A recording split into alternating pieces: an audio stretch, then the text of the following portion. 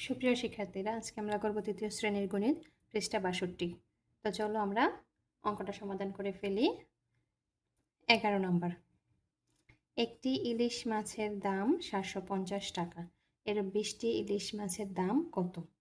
তাহলে একটি ইলিশ মাছের দাম যদি ৭৫০ টাকা হয়, ২০টি ইলিশ মাছের দাম কত হবে? নিশ্চয়ই আরও বেশি হবে। তো যখন অনেক বেশি বাড়ে তখন আমরা কি করি? গুণ করি। এমনিতে বাড়লে আমরা যোগ করি, বাট যখন অনেক বেশি বাড়ে তখন আমরা গুণ করি। দেখো, একটি থেকে চলে গেছে ২০টিতে, তাহলে ২০টির দাম অনেক বেশি বাড়বে।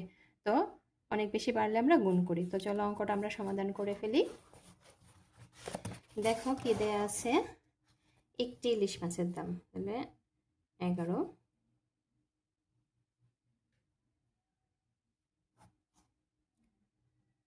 তো আমরা লিখি একটি ইলিশ মাছের দাম, ইলিশ মাছের দাম ৭৫০ টাকা।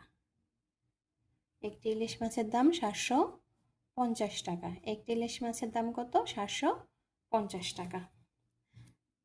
সুতরাং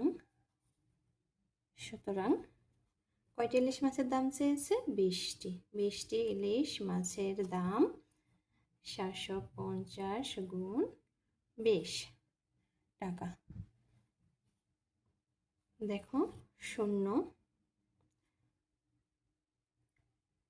০ ৫ গুণ ১০ শূন্য হতেছে ১, ৭ গুণ ১৪, ১৪ রেখে ১৫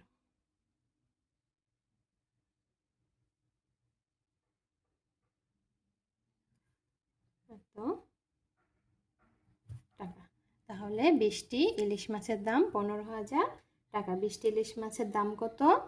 ১৫,০০০ টাকা। ২০টি ইলিশ মাছের দাম ১৫,০০০ টাকা। তাহলে গুণটা আমরা দেখিয়ে দিচ্ছি এদিকে, ৭৫০ গুণ ২০, ০ ০ ০।